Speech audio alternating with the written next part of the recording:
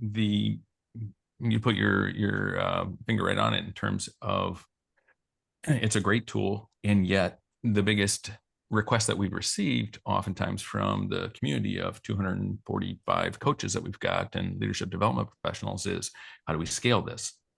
Because this is wonderful at that executive level and you get that depth and so forth, and people buy into it. And then the question that comes from them is, well, what do we do for that next group that's coming up through the pipeline? Or what do we do for everyone that wants to be focused on their development plan?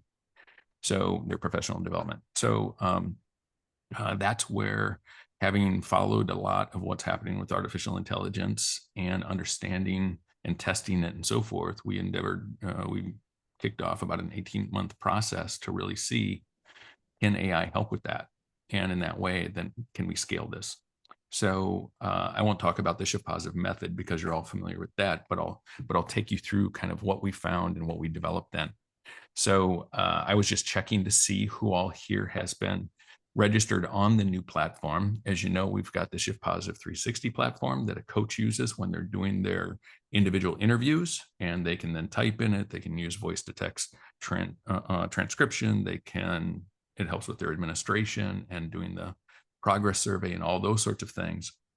But we developed then a second platform, and that platform has a separate registration that those coaches can go in and use. And I just recently then sent out, I think I resent to you, Stephen, Senya, and Neil's registrations for that. So that's the first thing that I wanted to point out, is they're two separate platforms.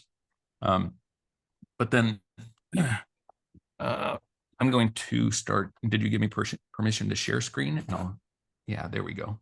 I'm just going to do it as a desktop because I'm going to be jumping back and forth a little bit. And the first thing that I wanted to point out is that an individual does not have to be certified in the full Shift Positive 360 method to be able to utilize this. So what I mean by that is, normally we really rolled out this tool as a leverage for our community, but then finding that, well, how can we do it even more broadly? So if you were to go to our website and you were to go to Shift Positive 360 AI under the corporate solutions, it'll take you here, and that's where you can learn about the Shift Positive 360. And you can read about it and so forth. So Sherry, Liz, having not been certified in the full methodology, this is actually available to you right now. So you can read about it and so forth. And then all you need to do is get started by putting in your information here, and you'll receive a direct link to a learning platform, because we want whoever's going to be administering it to be familiar with the key concepts that are behind it. And so that will then give you a link that will take you to our learning platform, which is on Rizuku. And it's about an hour and a half of training. Instead of going through the full Shift Positive 360 certification, you would have access to this, which gives you then some of the key concepts about what is Shift Positive 360 AI, the state of feedback today, a little bit of that research, not as in-depth, of course, as the full training program, positive psychology and social support. So you start getting at those key underlying aspects of the Shift Positive methodology. Strengths and why they're important, solution-focused feedback, and how that really is critical to turning difficult feedback into constructive feedback. And so that's based in the research from Tony Grant on solution-focused coaching, and then allyship and the important work that's been done there about understanding that we don't change without the support of the individuals around us. And then transparency over confidentiality, why it is that this can be transparent rather than confidential. The energy of the leader, building off of Kim Cameron's work around the energy of a leader. And then the importance of getting at the client's motivation. What's going to sustain them when they receive feedback to change their behaviors? What are they going to come back to that really helps them to say, yeah, I do want to experiment a little bit more. I want to try this a little bit more. So I mentioned this part about allyship, and I wanted to do another quick bit of offering here, that if you were to go back to the website and go under resources, you'll find 2 articles that I think you might find really helpful as you are explaining this to others in organizations. And this is based off of research that was done out of a statistician at Claremont University.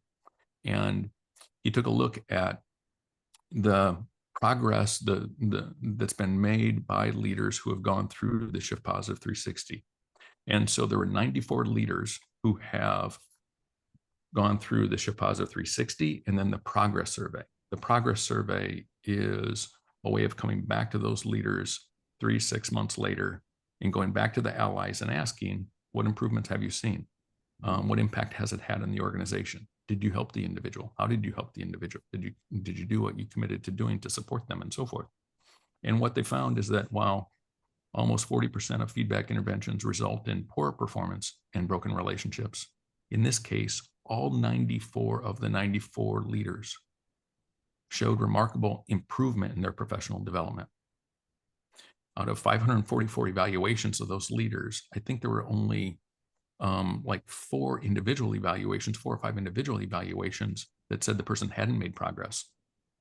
So it really does show that this methodology works.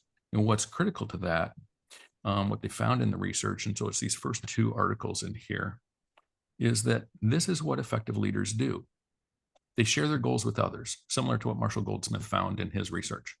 The leader should be telling other people around them, otherwise they won't know what they're working on and they won't notice it as it's happening. The second thing is they ask for help. This is what our methodology does, is it follows up on the one thing and says, you said that you would help me with this in my 360. Let's talk about that. So that those effective leaders actually have that conversation about the one thing, about asking those allies to help them. Then what we were really excited about is that what it found was the more those allies help, the more the leader is perceived to make as making growth.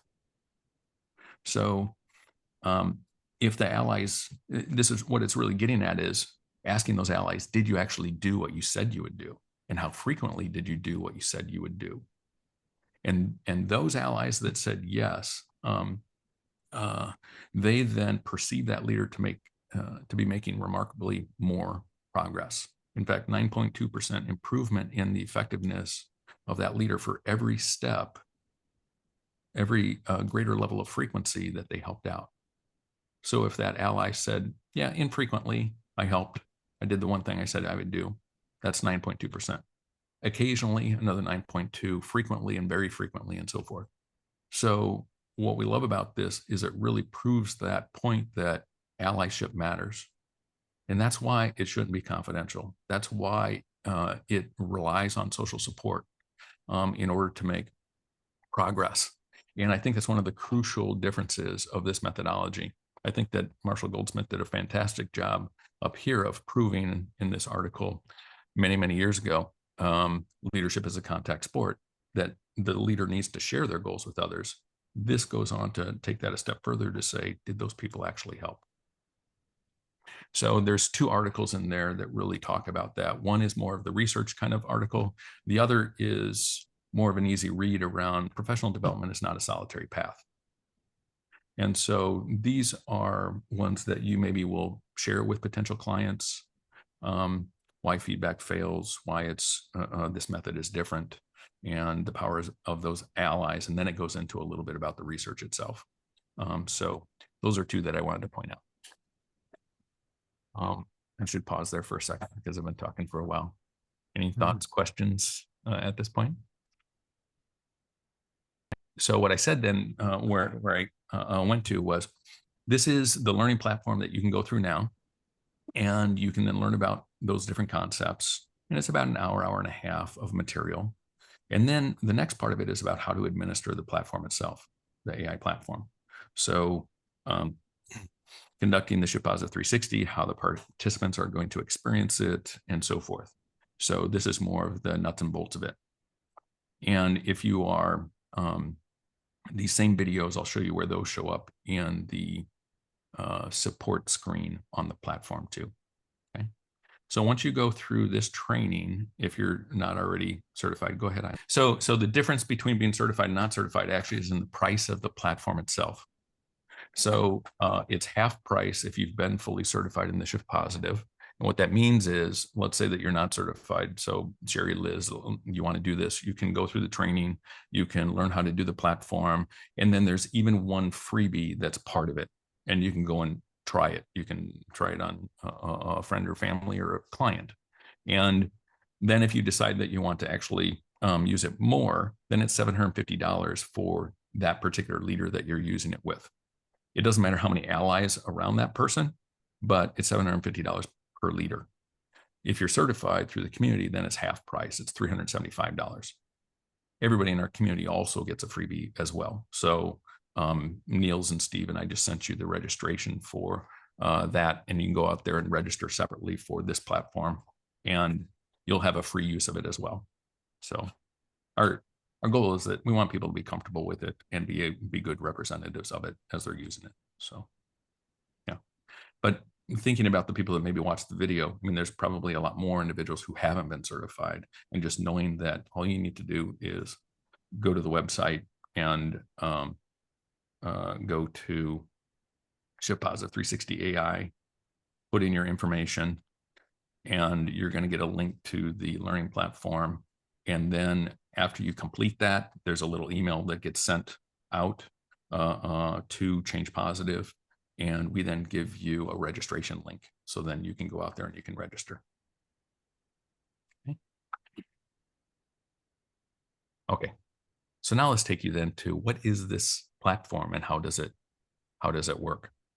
So I'm not going to go through the login process, but this is what it looks like for the program manager. So if you're the internal HR person or you're the coach, you're referred to as the program manager, and you have a dashboard. And on that dashboard, it's going to show you how many of the Shift Positive 360s and progress surveys you have available to you under dashboard. And then it's going to show you the people that you've been doing this with. So who have you assigned uses to? This is where you would do your purchasing. In my case, it's going to show it at half price. If it were retail, it'd be double that. Okay. You can go in and you can change your user profile. And then the support. So for those that are already certified in the community, this would be important to you because maybe you want to watch all the videos and understand how are different people going to experience this. So you can go to tutorial videos under support, and it'll take you to all of the different videos on how to go through the survey, how to administer it, what the experience is going to be like for your employee, for the people who are taking the survey, and so forth. Okay. And then terms and conditions and so forth. All right. So as the program manager, then this is really where it kind of begins. You have a client, and they've said you either don't have the amount of time to do the full Shift Positive 360, or you're trying to do it in a more cost-effective manner. You can go in and you can add the employee. So I just need an employee's name, which throughout the survey. So it's going to be he, she, or they throughout the survey. That's why we put in the gender there, so that it's speaking more directly. So you add your employee there, or your client, and then you can begin the process, which is then assigning one of those licenses. So I had 11 available to me. You can assign that then to Stephen, and it then goes out. And so now Stephen Starr is going to receive an email welcoming him to the platform. And so then going out there, this is the email that comes in to Stephen Starr, and he then is able to go out there, and actually this is set up to really take away a lot of the administrative support, as well as or responsibilities, as well as to streamline the interview. So Stephen goes out there then and can open this up, and we will then see what it's like for Stephen to experience this. All right. So now I'm logged in as Stephen. And this is what it's like then for Stephen to go in there and to begin working on it. And so it's going to begin with, he can change his information if wanted to, but it really begins with just instruction. So you can see it looks from top to bottom to be pretty straightforward. Positive Can you hear the sound? I don't know if I shared sound. Learn and grow and develop personally and professionally. Okay. At the same time, we don't change and develop by ourselves.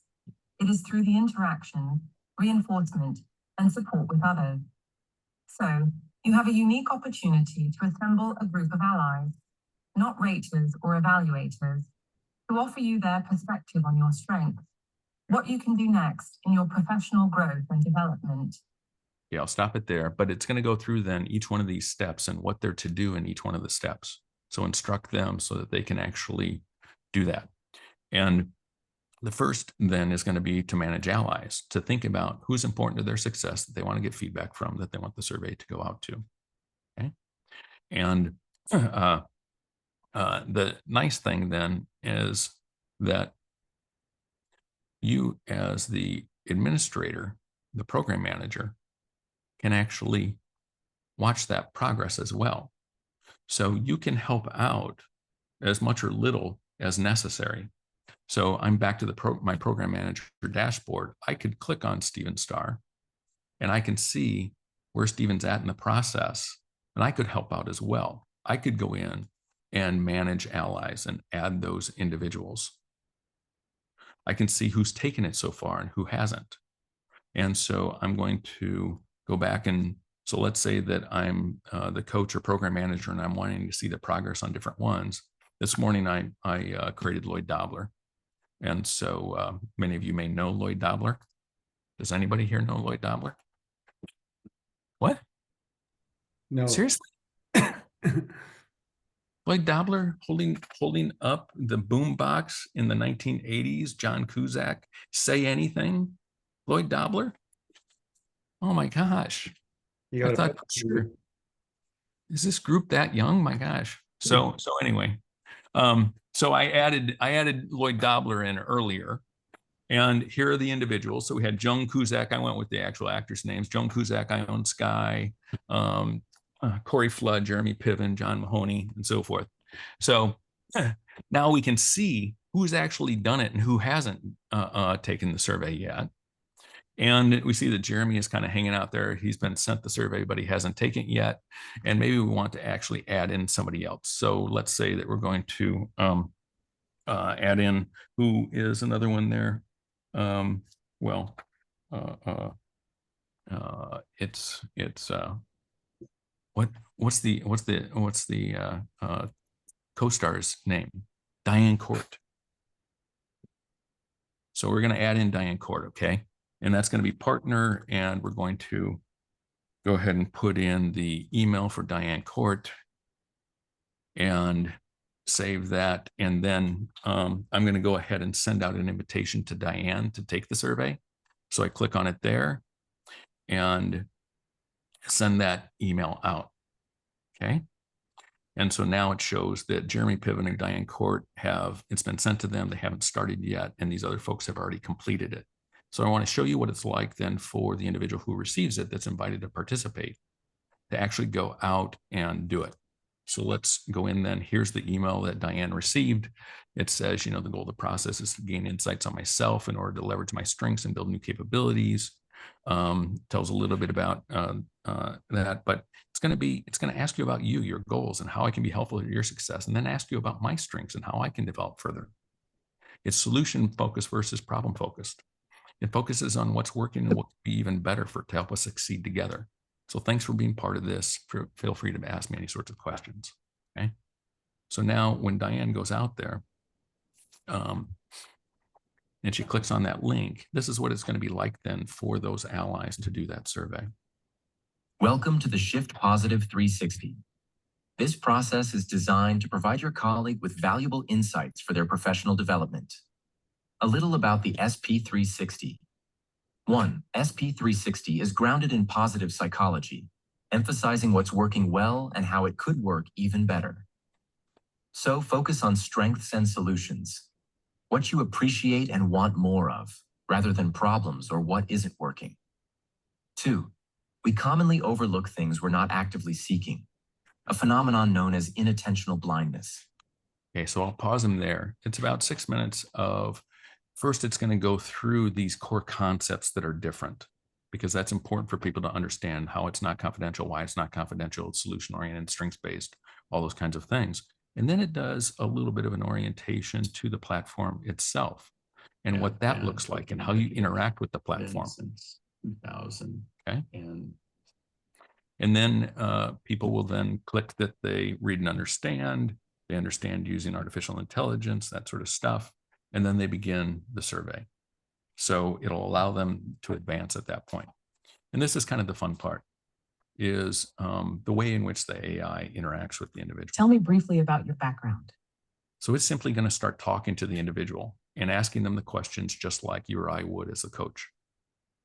And the nice thing then is you can type and you can engage with the artificial intelligence agent over here, or you can simply talk to it and say, it's going to ask for permission to use the microphone. Yeah, I am the valedictorian and really quite smart. And I, at the same time, struggle with social relationships and really don't have a boyfriend. And I work at a nursing home with my dad. And really, I want to make the world a better place, but am trying to find my place in the world just like everybody else. Okay, so we send that in. Thank you for sharing. It's wonderful that you are the valedictorian and are committed to making a positive impact in the world. Working at a nursing home with your dad must be a meaningful experience. Regarding your aspirations and challenges in social relationships, what aspects of your background would you like your colleague to understand to provide better support or collaboration at work? Well, I guess that I am a person that shows a lot of confidence and competence, and at the same time, I'm very shy and have a lot of imposter syndrome. So I'm trying to grow up as a person and to create actual more true presence and confidence in myself, and self-efficacy, I would say, are the key things that would be a bit personal about my background.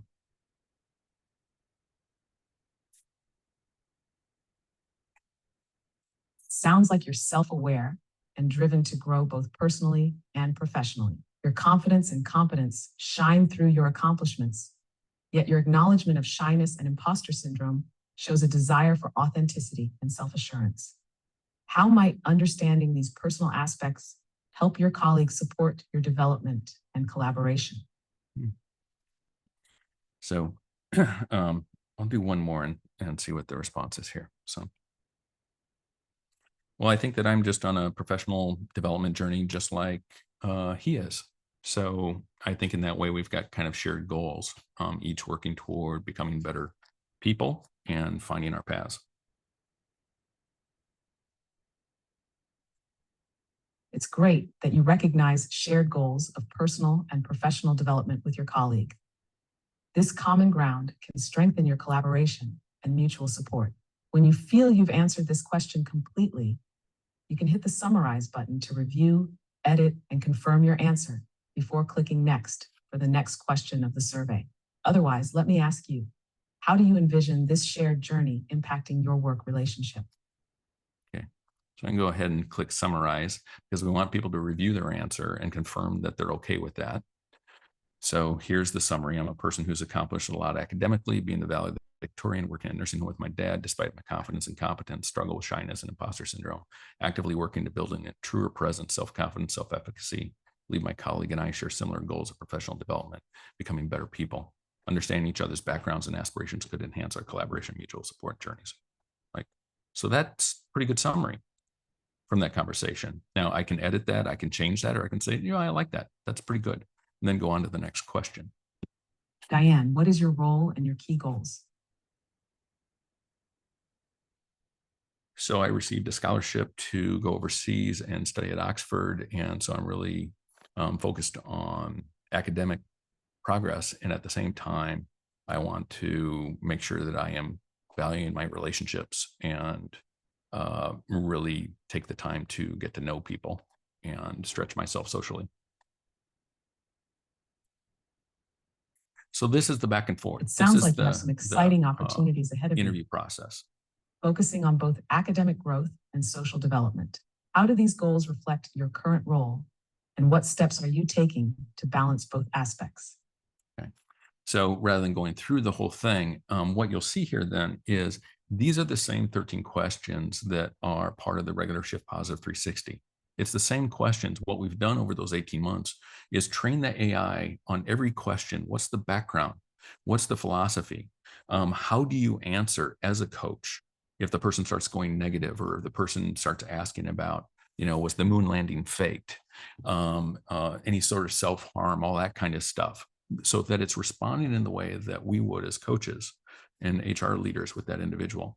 And the survey itself is very different in that you notice that it's beginning by asking the individuals about themselves.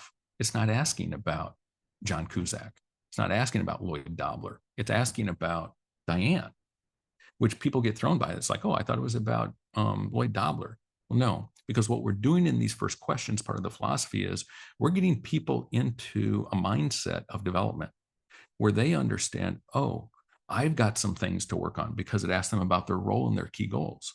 Then it asks them, what do they need to do 12 months from now, and you have succeeded to in meeting achieve your those? goals. What would you have accomplished? I'm going to turn off the voice for a second here, but it goes through and it says, okay, so now get more granular. What are the key things that you're wanting to accomplish in the next 6 to 12 months? And then it gets them into a developmental mindset by asking them, what is it that you would have contributed to that success? So it's getting them thinking about not just things they need to do, but how do I need to grow as an individual? So, Diane, what is your role? Say it is 6 to 12 months from now, wait a second. and you have Diane, what is your role and your key goals?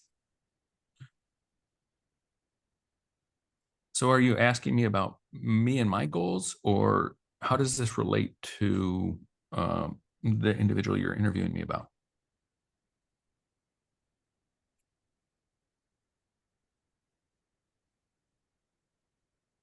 I'm focusing on you and your goals right now. This question helps provide context for your colleague, as understanding what others in their work system are trying to achieve can support their development. Could you share more about your position and any key goals you have within your organization or personal life? Nice. Yeah, thanks. Yeah, that's the kind of stuff that Chris Diller and I did for over that period of time, was refining the instruction. So in essence, this is a survey that is really 13 surveys. Each one of those questions has instructions behind it, and those instructions go to the machine behind it is ChatGPT, OpenAI. But I'll also mention that they do not have the data. They do not keep the data. It's through an API that we've got with our platform, sending that information and those instructions and getting that data back. So it's not being used to train their systems and so forth. And that's why you would notice that it's going to bring our philosophy to each one of the questions, which is very different than if you go to ChatGPT and say, oh, help me with some feedback.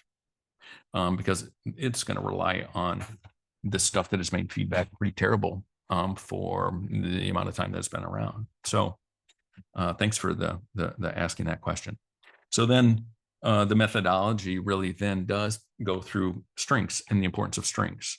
And then what's going to make the client even more effective. So it never asks about weaknesses, but it's asking about what's going to make that client even more effective. So let's see if we can test it here. If Lloyd were even more effective, what would he be doing? Okay. What is one small, if Okay. Lloyd were even more effective, what would he be doing?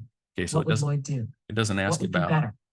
It doesn't ask about weaknesses, but it asks what would make him even more effective. Okay, so well, sometimes Lloyd is kind of a spaz, and he just scares me. He is out there. He has no boundaries. He is very much a person that takes great risks, and he is kind of a wanderer in life, and he has no purpose really. So I think that he is a bit scary sometimes.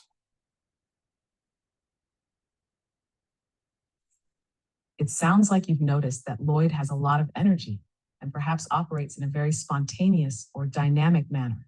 Let's focus on what you would like him to do to be more effective in his role or interactions with you.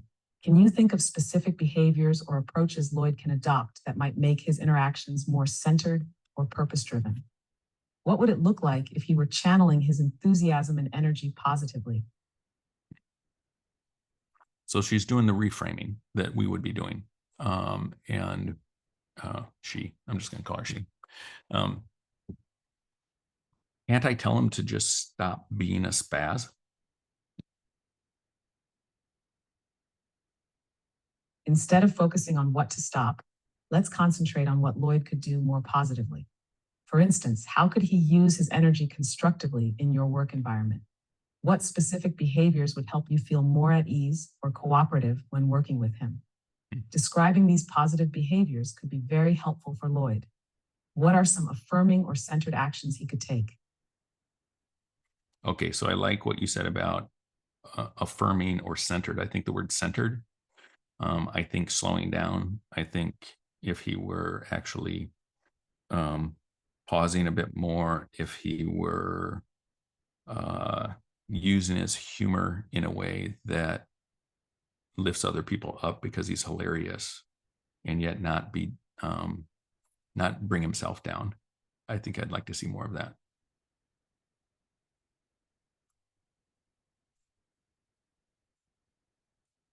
That's great insight. It sounds like you appreciate Lloyd's humor and would like to see him use it in a way that uplifts others while balancing it with a more centered approach. Slowing down and taking pauses can be effective strategies for him to stay focused and intentional. What would be one or two specific situations where you'd like to see these changes? Okay. How might these adjustments make a positive impact on the team dynamics and his interactions with others? So it's going to go through this funneling then. And again, it's going to keep asking questions to get to that behavioral specificity, going from concepts like centered down to actual behaviors. And then it's going to also say after the third question or the third time back and forth, if you think you've answered it, then go ahead and click summarize. And so then it'll summarize the answer. You then can review that, make sure that it feels personal to you, the taker. And so, like this, I don't know that I really actually said that, so I could take that out, or that doesn't fit for me, and then I can move on to the next question. Okay, so the people go through it in this way, and if they get interrupted, they can go to the end, and they can then click finish, and they can click finish here. They'll be able to return to the survey up until the time that the survey is closed. Okay, so that is really the power of the AI itself and what we've been training it to do. Then as the administrator, I'm going to move this over so that I can find it more quickly then. Oops. Now I can, this is my program manager dashboard. I'm going to, oops. I've got too many logins right now. So let me, I'm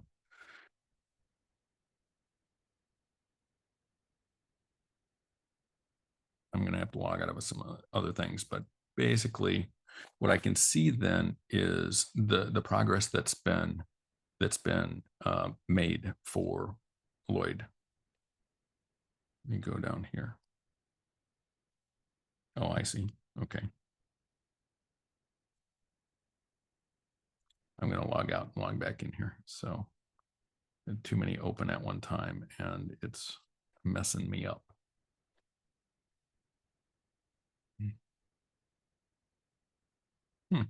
Okay. Well, we'll find out what's going on there. So let's take a look then back at Stephen. Oh, now it's doing it with all of them. Great. So I am going to instead then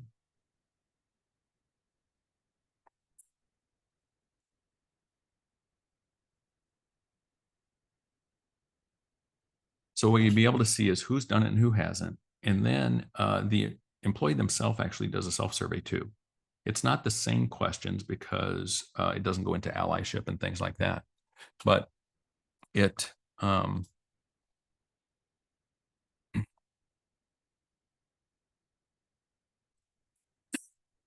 let's try it one more time. Good. Okay. Yeah, too many logins. All right.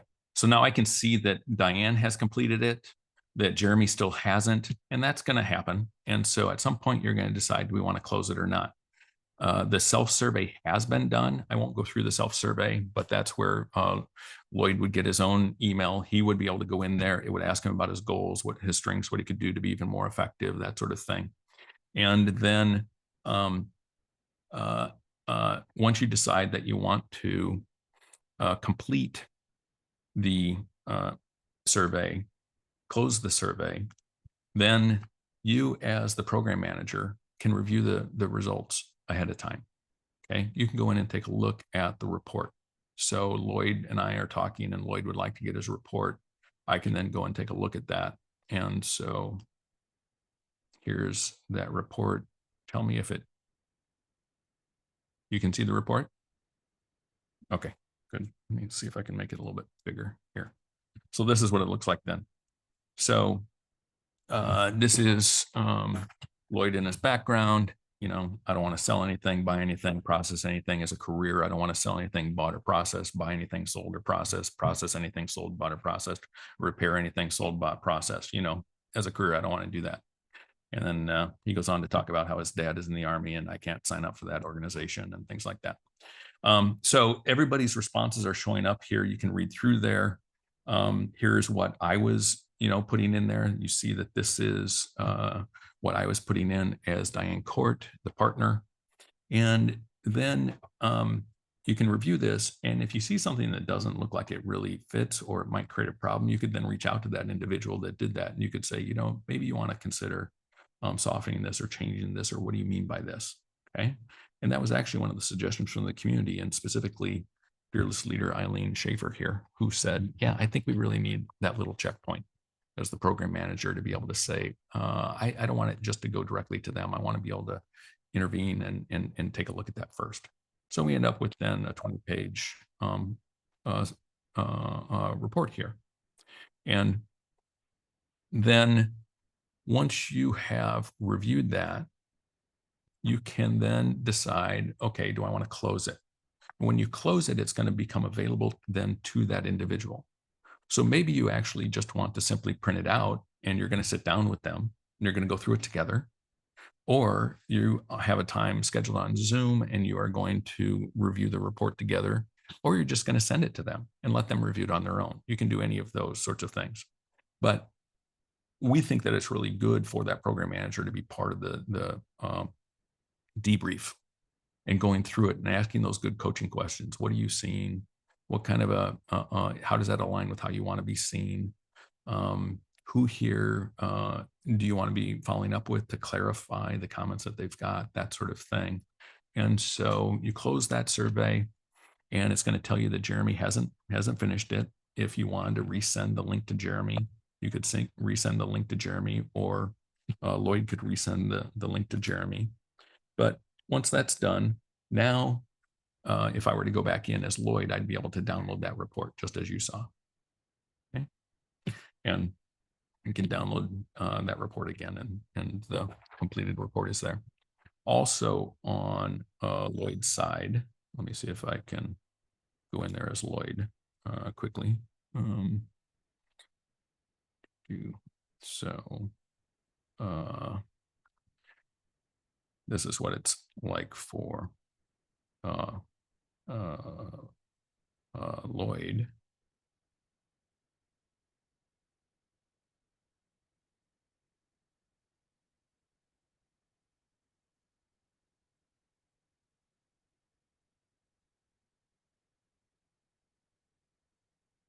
So now as Lloyd, now I'm logged in as Lloyd, I could download the report and then I can start to review the report. I can review that with the program manager, but also I can download a development plan.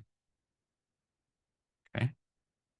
And so once we go through the process of getting the report, then the next thing is, how do we call this down into a professional development plan? So this is a template that's available out there. It's a fillable PDF where then that Lloyd can go in, then put in what are his development goals, what are the actions to take toward those, what are the strengths he wants to leverage. But then the really important thing is, who are those allies and how are they going to help them? And what does success look like? So if Lloyd is working at not being a spaz, or in essence, kind of being more grounded and also using his humor in a constructive way without being self-deprecating, who's going to help him with that? And that's where Diane Court would be that ally. And the success measurement might be that he just feels stronger. He just feels more composed. Or it might be that other people start to notice that he seems more composed, or that his humor is just coming across in a better way than the progress. Okay, so that's built into the platform. Then after doing that, after making that complete, then it readies for the progress survey. And the progress survey is the same progress survey that we've been using, and it's what that research at Claremont was based off of. And it's going back to those individuals. And what happens is the platform will send out a reminder 120 days after the SP360AI was closed. And it'll say, hey, it's been a period of time. Do you want to see what sort of progress you've made by asking those individuals again? And so it has some video instructions on how to go through it. Congratulations on your work in your own professional growth and development. 90 days after you downloaded your SP360AI report, you'll be reminded to come back to this platform. So they'll go through that. They then can put in their goals. So, and however many they want to put in and so forth. Be grounded and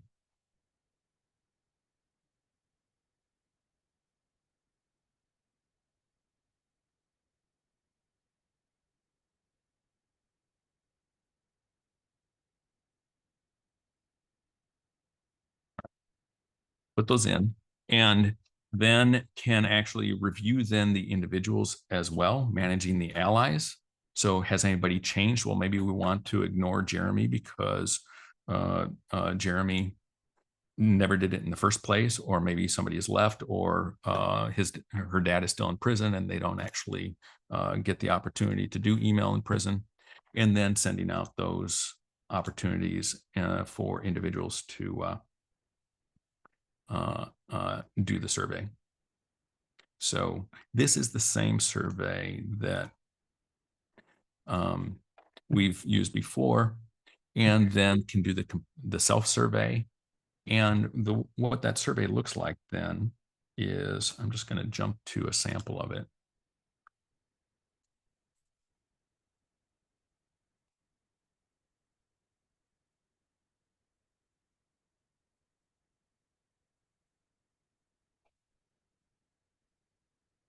This is what the report looks like from the survey. Okay. So the individual, it says who it is that took it, where those goals are. And then what we're looking at is how much is it moving to the right. So do people say that, yeah, slightly more effective, much more effective, no change, and so forth. So this is the same survey methodology that Marshall Goldsmith did in his original research. And so we want to see those lines moving to the right. The purple line then is the person themselves and how they think they did. And so we see that some progress has been made here. Most of the movement is to the right. I think the real power is actually in the narratives. And again, this is not confidential, but you get to see, okay, so what's working well? And then what do you recommend to continue to do to become even more effective? So forward-looking again. So it's a way of re-upping in that professional development. And then did you actually talk about those development goals? Remember that part from that we had the research on? And then did you actually talk about the one thing? And then did you actually do the one thing that you said that you would do? And how frequently did you do it? Specifically, how did you help? And now looking forward again, what are you willing to do going forward to help, in this case, Deb, make even more progress? And then the cool thing is then what impact have you seen on the business? This light ROI of what area was impacted and how would you quantify that if you could? Did the engagement scores go up? Did you bring in more clients? Did you save money? Those kinds of things that can be really important to be able to justify yeah, using this process. So that is all the same as, and that only takes 10 minutes for people to complete online. So they get those instructions and are able to go through that very, very quickly. So they simply click on that, and this is what the survey looks like. Okay, so Lloyd Dobler, is he more grounded, using humor in a constructive way, and so forth. Okay, so a pretty quick survey. All right, so that is the run through the platform and showing how it actually works then. Okay, I got to stop talking.